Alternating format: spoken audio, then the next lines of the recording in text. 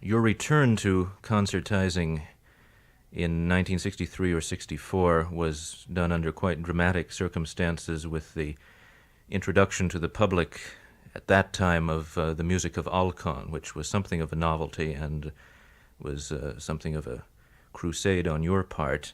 Did you ever have any doubts at that stage that the Alkan music might not be accepted by public and critics, that there was a risk involved in programming his music at that time? Well, I don't play anything just because I like it, and I feel that I'm trying to communicate to an audience, and I feel that anything that I play should interest enough people in the audience to warrant playing it in public. Otherwise, I can just play it at home for myself.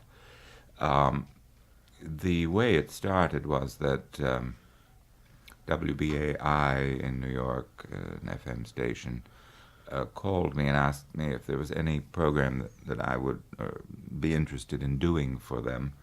And I said that as a matter of fact, I would like to commemorate the 150th birthday and 75th anniversary of Alkan's death. And that was coming up in November of 63.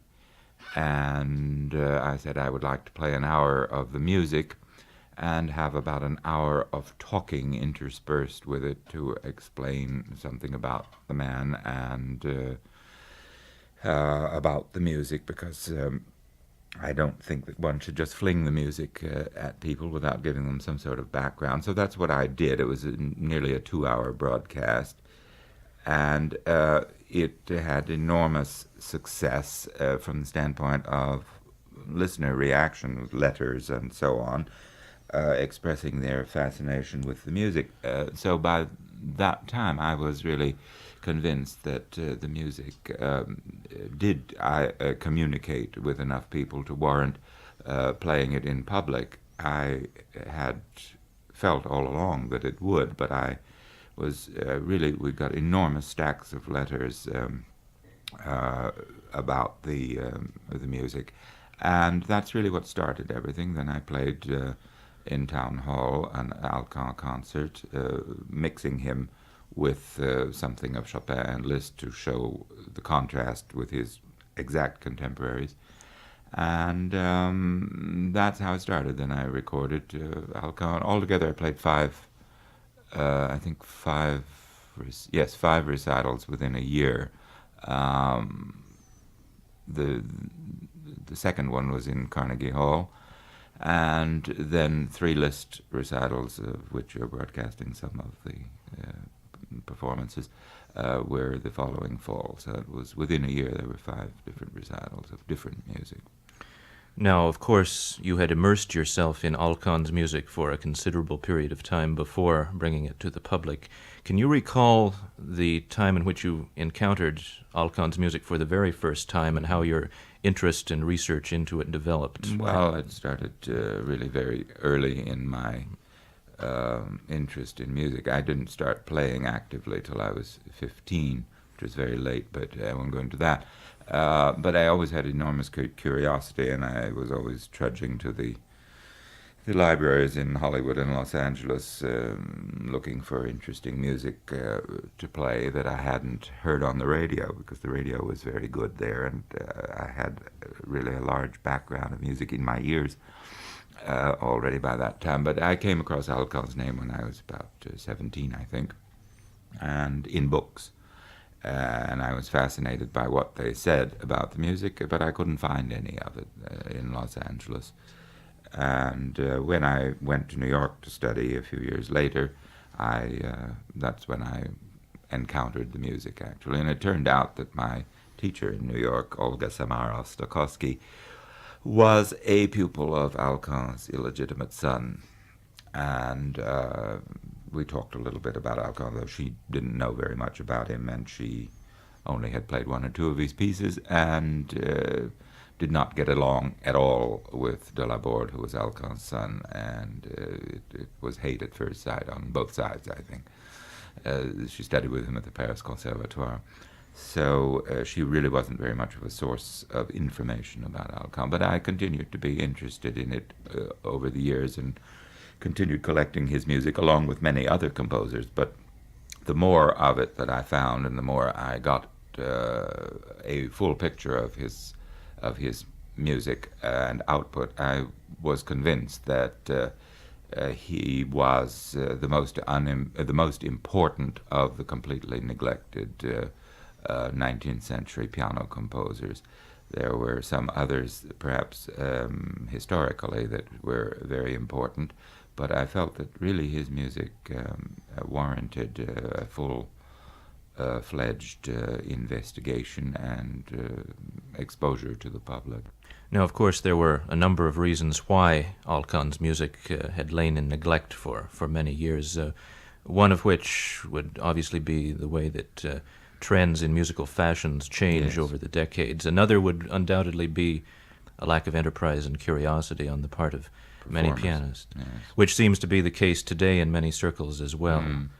Do you see any way that these barriers can be brought down in order to stimulate more curiosity and more enterprise on the part of particularly the younger, more ambitious pianists? There is a certain trend, I think, now toward a broadening. You see, it really is a chicken and egg thing, and it's a chain of circumstances, and it starts with the teaching level in schools, universities, colleges, music schools, and so on.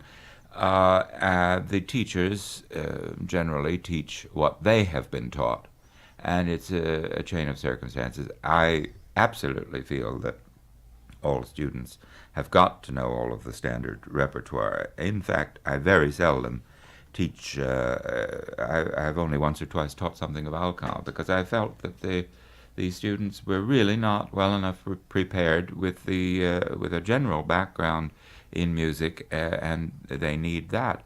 So, but along with the standard things, the students, I believe, have got to be encouraged to investigate other music, but you can't put curiosity where it doesn't exist. And the more I teach, the more I encounter young people, the more I am appalled by the lack of curiosity and constantly surprised. I just took my own curiosity for granted, and I thought everyone had it, but they don't. And it discourages me, and I find it quite appalling.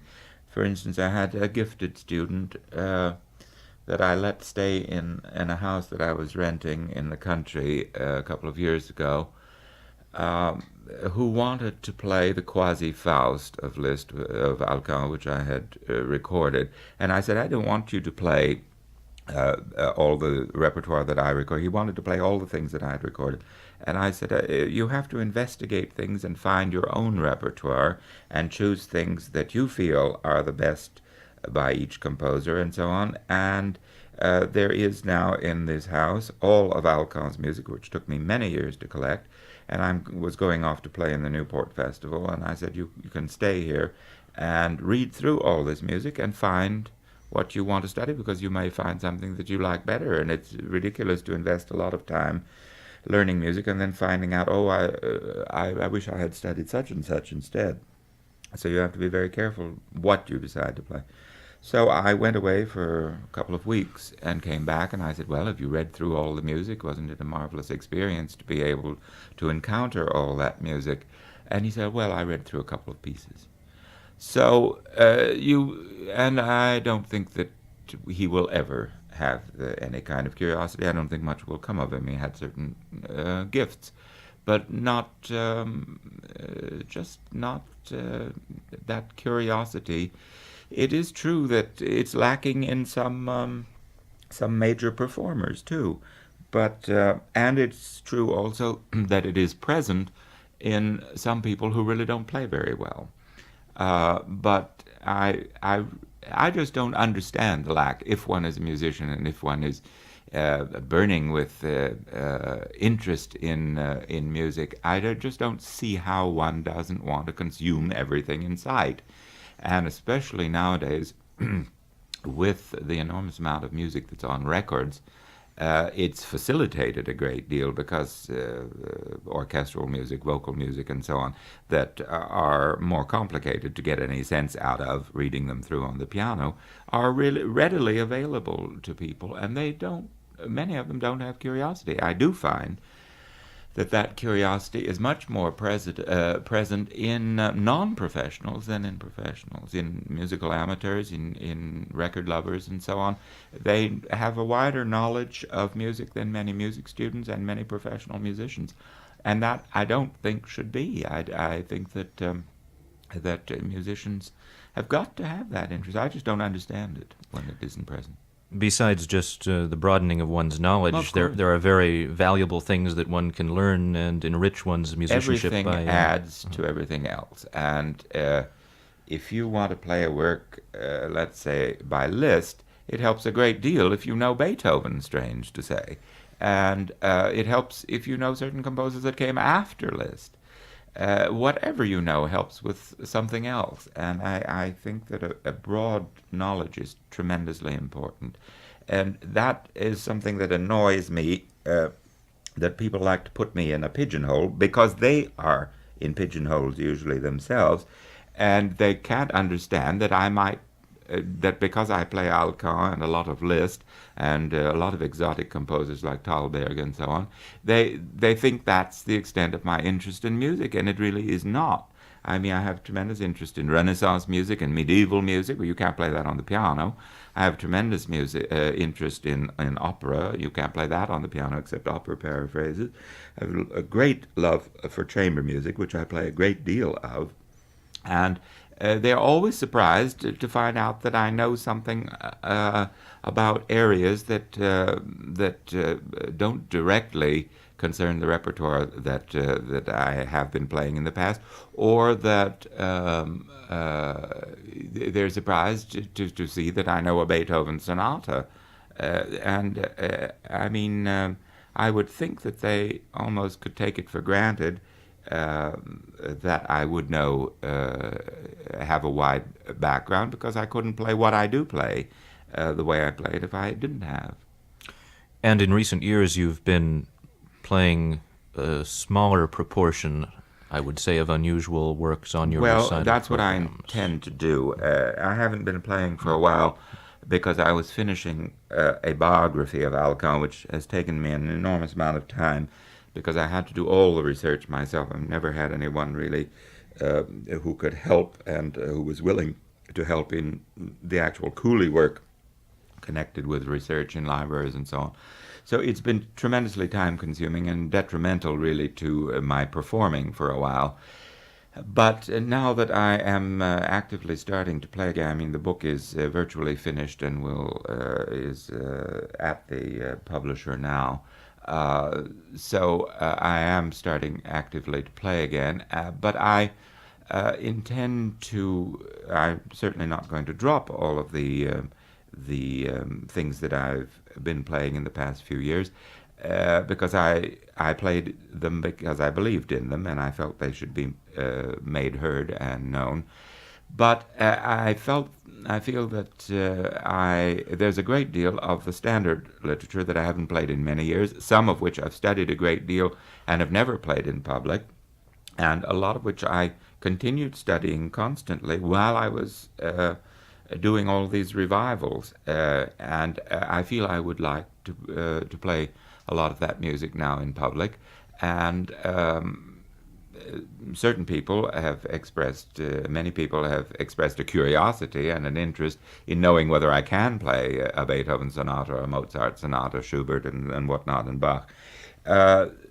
Other people have expressed total surprise to see that I know a Beethoven sonata.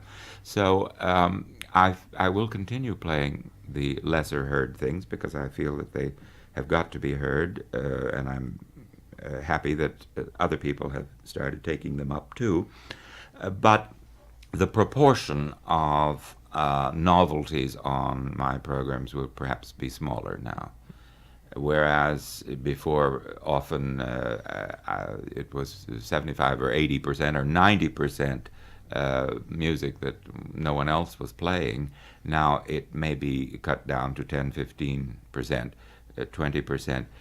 In a certain sense, it makes the music that I do play, either the familiar music or the unfamiliar music, stand out much more that way. If you only play one unusual work, it is given more attention than it would get if it were on a program where everything was unusual and everyone was scrounging around with these new impressions. Every piece was a new impression because they had never heard any of them. This way, things will be put more in a frame and given more attention, I think. So that's my present plan. How would you assess what has happened in the Romantic Revival movement over the last decade or decade and a half? I know that there were undoubtedly some bandwagon jumpers who would seize the opportunity to play without much forethought, just anything that was unusual to gather some attention. But in other quarters, there have been a number of performers who have resurrected some works as well. Well, yes, I think you put it very well. I think there was a lot of insincerity on the part of many people, mainly instigated by record companies that thought it would be a good idea, since I and a few people were having success with some of the exotic things, to record willy-nilly practically anything they laid their hands on in a library without doing research really very well and very thoroughly to find the best things. And so they would engage people who wanted to make records at all costs, whether they had any affinity or interest or love in the music or not.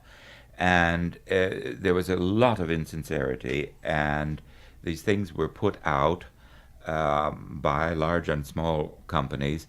Lots of times the performances were unbelievably poor, slashed to ribbons with cuts, and just done in a very unethical manner.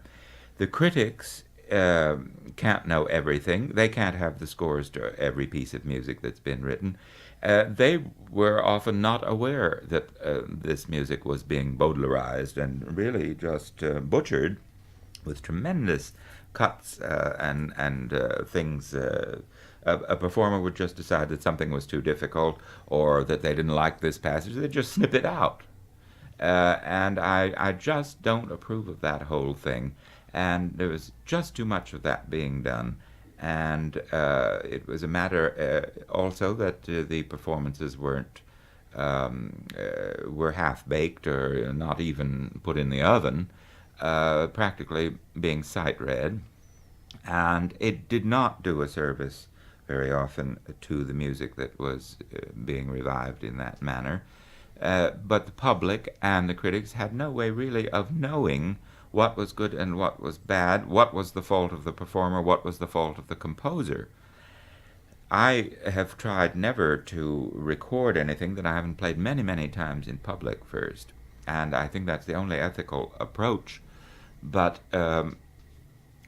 naturally there have been a few much more ethical performers who have been very sincerely interested and dedicated, and who have done some very good service in making these revivals. But in general, I think there's still a great deal to be done. And of course there's a great dichotomy between recorded music and performed music in public. And there's an awful lot of music that you would be able to hear on a station of this sort, which does such wonderful programming, that you would never hear in concerts. And perhaps some of it is best heard at home in this manner, but a lot of it could still be very successful in concerts if performed, small proportions of it. I don't think one should exaggerate these things, and programs should be balanced. I got trapped into playing some very special programs for special occasions, such as the Los Angeles Museum wanted a Jericho exhibition, a very important and interesting exhibition of Jericho's paintings, and they wanted a concert that would be appropriate to that, and they wanted me to play a whole program of music of Géricault's time. Well, of course, the Romantic movement in art and in literature started first there, and then first with literature, and then in art, and then went into music. And there was a time lag of at least 30, 40 years in some instances, in some of these movements, between when music caught up with what art and literature had been doing. So I said I would be happy to play some music of Géricault's time, but that I would also play some music of 20 and 30 years later by Liszt that really would give the feeling of Géricault's, of the turmoil and tremendous ferment in Géricault's painting. And that's what I did, but it was a very special program, and I didn't want just to play it once. It's really a tremendous amount of work to prepare something like that, and a waste of effort if one only plays it once. So I played it in a number of places because I had it in my fingers, where actually I would not necessarily have chosen specifically that program to play in those places, but it's very hard to tailor each performance to the place you play in. Therefore, I think that one should really have a balanced program where you have enough of each kind of music, or as many kinds of music as possible, to please various kinds of people in an audience. And so I want to be much more careful not to be trapped into that position again. Now, in the last few months or so, there's been a considerable amount of publicity concerning the reemergence from near obscurity, if not total obscurity, of Erwin Nyíregyházy, who had one of the most bizarre careers, and also it's a rather touching story of his music and life as it has been over the past 50 years. You encountered his playing a number of years ago, and also have met and visited with him more recently, since his playing has come to the attention of the music-loving public. What can you tell us about your encounters with Mr. Nyíregyházy and about his rather unique kind of pianism? Well, I first heard him when I was about 15. And so he was then living already in Hollywood, where I grew up, and was still not that far away from his prodigy days. So there was a great deal left of the high point of his playing. And I heard him play a number of times. The first time I heard him play was a program which began with Opus 111 of Beethoven, and it's still one of the great musical memories of my life. Naturally, it made an enormous impression. It was the first time I was hearing that piece. But I don't think that my opinion of the performance would be that different today, because I had already heard a great deal of marvelous playing on records from very great artists like Cortot and so on the radio. I grew up hearing those artists, and then I heard a great many pianists playing in Hollywood, such as Hoffman and so on, and it made an enormous impression. And Nyíregyházy had a colossal personality on the stage. Absolutely no nonsense. He sat perfectly still, the way Horowitz does.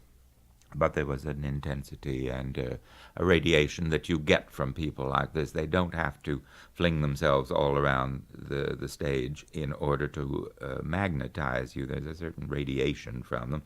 The Callas had that too. She could stand still for 15 minutes singing Casta Diva and a whole scena without moving, simply with her arms folded, and yet your eyes were riveted on her because of the intensity that was radiating from this being. And Nyíregyházy had that kind of personality. And I heard him play a number of times. I could have heard more times, but I didn't have the money to go to hear him. But I did hear him play the Tchaikovsky concerto. I heard two or three other recitals. I remember, I have almost total recall of his playing and what he played, because it did make a tremendous impression on me. And I didn't see him for over 30 years, but saw him in New York last winter, and he was amazed that I remembered so well all the things that he played, all the programs that he played. And I knew him in Hollywood. I used to run into him and have chats with him and so on. Unfortunately, I didn't see him as often as I would like to have. We had mutual friends, but he's a very shy person, and even then didn't go around very much, so one didn't encounter him very often. But I was always enormously impressed with him and with his gifts, and I think he's really an authentic genius, no question of it. And the playing that he does now naturally is what remains of a great genius who really hasn't played the piano in 30 years in public. It's a mistake to say that he hasn't played in 50 years, because he certainly did play a number of times when I was growing up in Hollywood, and he practiced for those performances. Not as much as someone else would have had to do, or nowhere nearly as much, but he did practice and he did prepare, and they were remarkable performances. And of course, he had a colossal technique in those days, which even for someone of his ability is bound to have deteriorated in this length of time. And it's a great tragedy. I think it's what remains of a very, very great gift. I don't know anyone who is as talented. The only example I can think of it is that there was an English critic named Chorley, who was mainly an opera critic in the 19th century, who wrote very vividly about all the great singers of that period. And he was at a performance by Pasta, who was the great singer who created Norma and many of Bellini's roles. Her voice didn't last very long, and it deteriorated quickly. But many years after its prime, she was persuaded to come to London and sing a benefit concert for something or other. And Chorley was sitting next to the next great singer of the next generation, who was Pauline Viardot, who was Garcia. She was the sister of Malibran, who was a very great singer also. And she had never heard Pasta before, and Pasta started singing, and the voice was in shreds, something like Callas perhaps in her last days. But she turned to a neighbor. Chorley writes about this, and she, with tears in her eyes, and she said, "Well, you're right. It's like Da Vinci's Last Supper. It's a wreck of a picture, but it's the greatest picture in the world." And to a certain extent, I have that impression hearing Liszt's, Neeraj Hazi's late tapes. I heard a lot of them at the Ford Foundation before they were released on records, and I was tremendously moved. And one sees still this colossal musical personality there. And he's a very interesting man. Besides that, he's highly intelligent in many ways, and he's very interesting to talk to. I wish that he lived in New York. There's some talk that he might move back to New York so that I could see him more frequently, because he's a fascinating person, really. You can't judge him completely on what you hear from these present records, because, as I say, it's an incomplete version of the complete picture. It is in ruins, but there are magnificent things that come forth in this playing, and something that you can't get from anyone else now.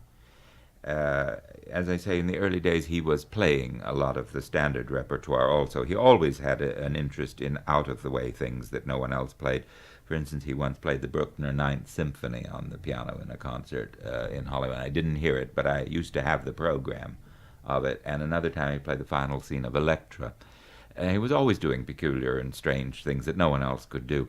But he did, in those days, still play a great deal of the standard literature. Nowadays, he's afraid to do it because he realizes that people will judge him on the basis that they will judge a Rubinstein or a Horowitz who have been playing all their lives. And even though Horowitz didn't play for 12 years, he kept it up, and he lived under totally different circumstances from Nirijazi, who's just lived in penury all these years. It's just a tragic story.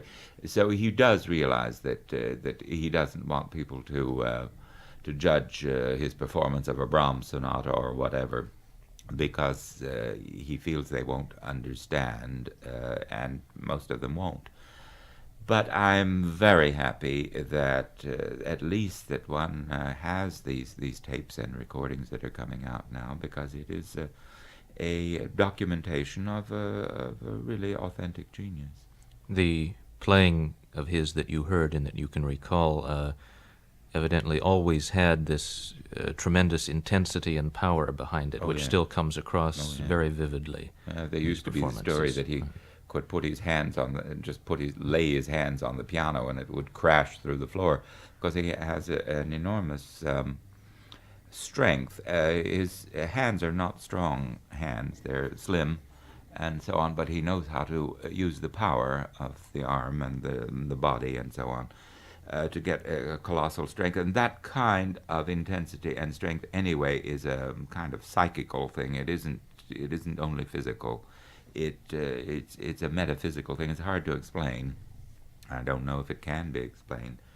But this sort of thing, a person somehow like that gets outside of themselves. It's just a very mystical thing, really. And I'm not generally a believer in mystical things. I don't talk about them. But with someone like Nirijazi, it really is that. And it's something that has been confirmed by several other people who have heard him force. recently. It really is strange.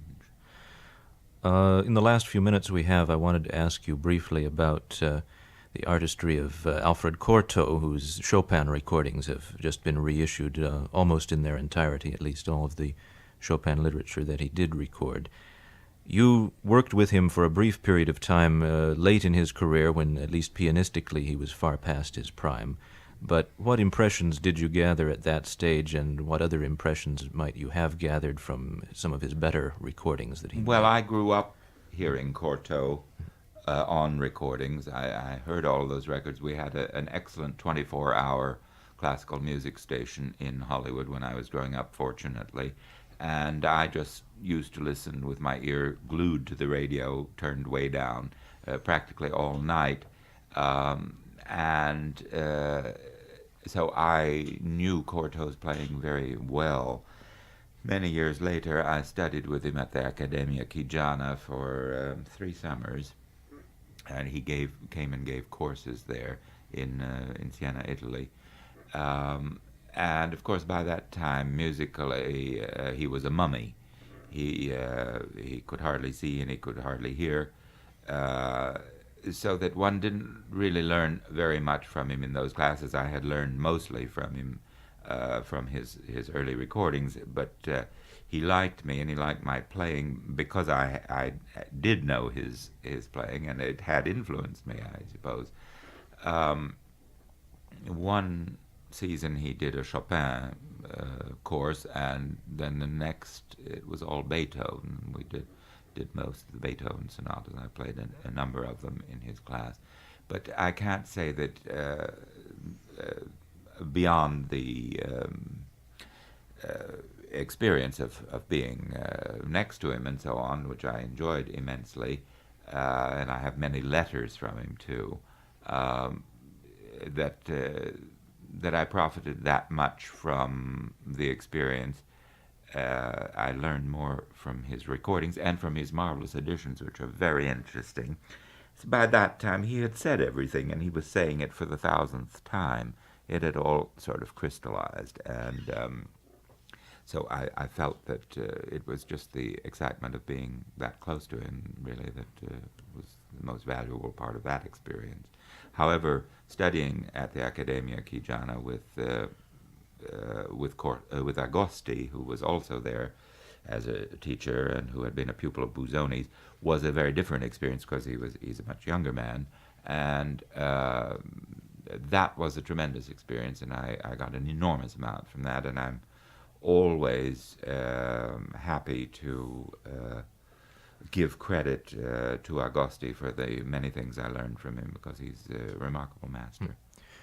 Corto's Chopin playing seems to be characterized by a very bold and declamatory approach, a very unself-conscious approach to the music, and he often, in his editions, would reveal poetic imagery or kind of inspiration that he at least applied to the music in extra-musical terms. How would you characterize his interpretations, maybe alongside those of other pianists active at the same time? It isn't really comparable to Hoffmann or Levine in many respects. No, it's very different. It's very different Very kind different. of playing. What you say about the declamatory style is absolutely true, and I think that he had the feeling of the vocal style of Chopin's music, perhaps much more than Hoffmann and Levine and the Russians, except perhaps for Rachmaninoff. Don't forget that Rachmaninoff was an opera conductor.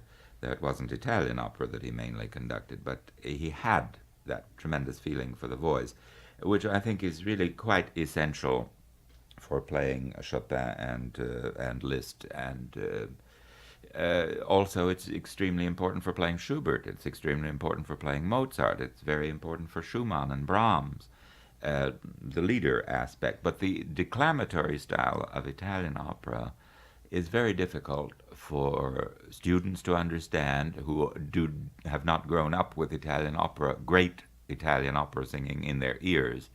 It's very difficult to try to explain any of that to them. I mainly try to get my own students interested in listening to the greatest representatives of Italian singing.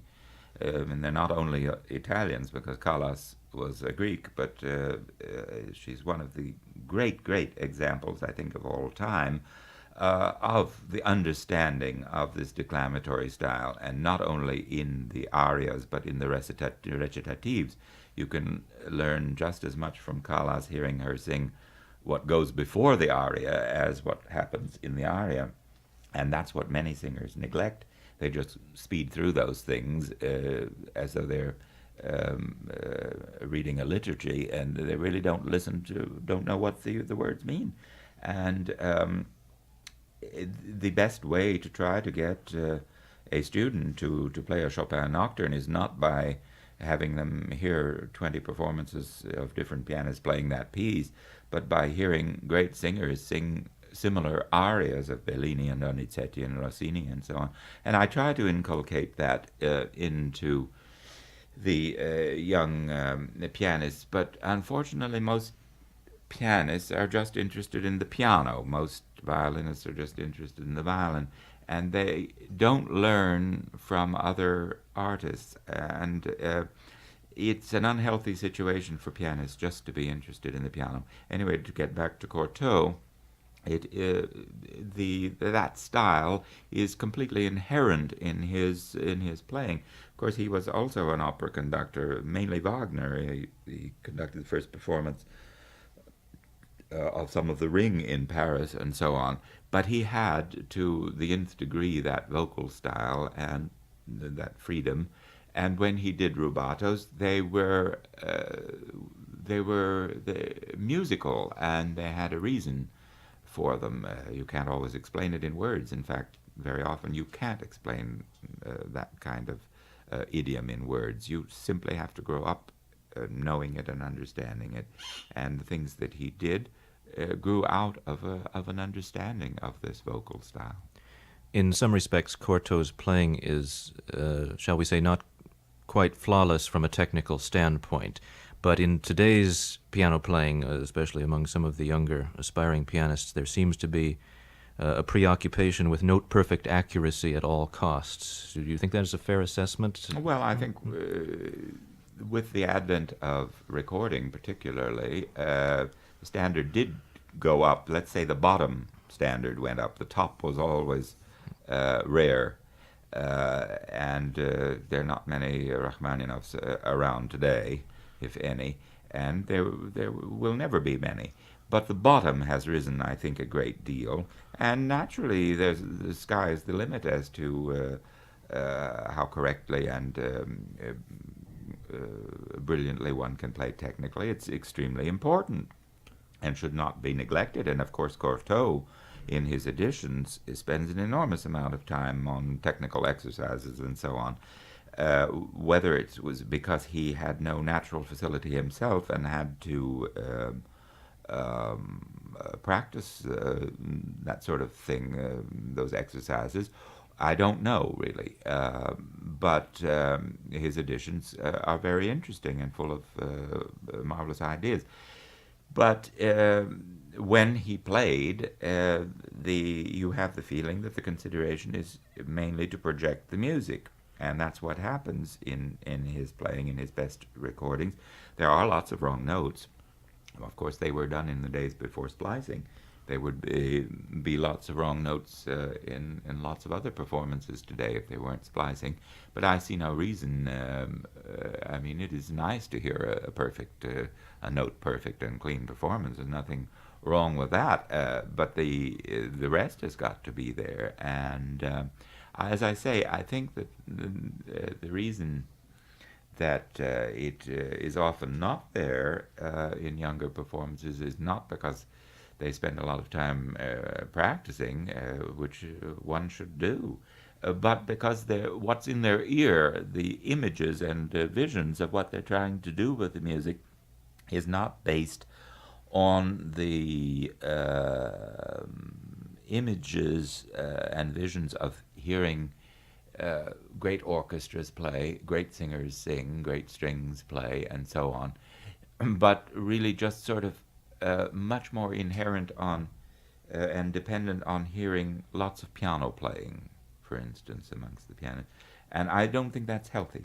And probably hearing modern recordings which are Yes. technically perfect thanks Yes. to the razor blade and the Well, splicing. you've got a player like William Capell, who practiced enormously and worked terribly hard, but and he really was a note-perfect kind of player and played very few wrong notes. But he had much more besides that. He had a tremendous musicality, and especially, and it was always growing. I mean, the last concert that he played in New York, I still remember as being a very remarkable thing, and the piano sound, the beauty of the sound, and so on, was quite remarkable, and he was constantly growing. His interest wasn't only in just playing note perfect and fast and loud, which he could certainly do better than almost anyone, but there was much more to him than that. I would like to say that it's really been a very enjoyable experience being out here in this community and being with you and seeing this really remarkable layout of your station here and the campus at St. John's and this wonderful clean air and atmosphere. It's and seeing everyone looking so healthy and vibrant. When you come from New York, where everyone is sort of gray and pale from all of the terrible pollution and living conditions of cramped and so on, I think you're all very fortunate living out here. Well, I think we're fortunate having you offer us your performances and your insights into the music during your visit here. So we thank you very much.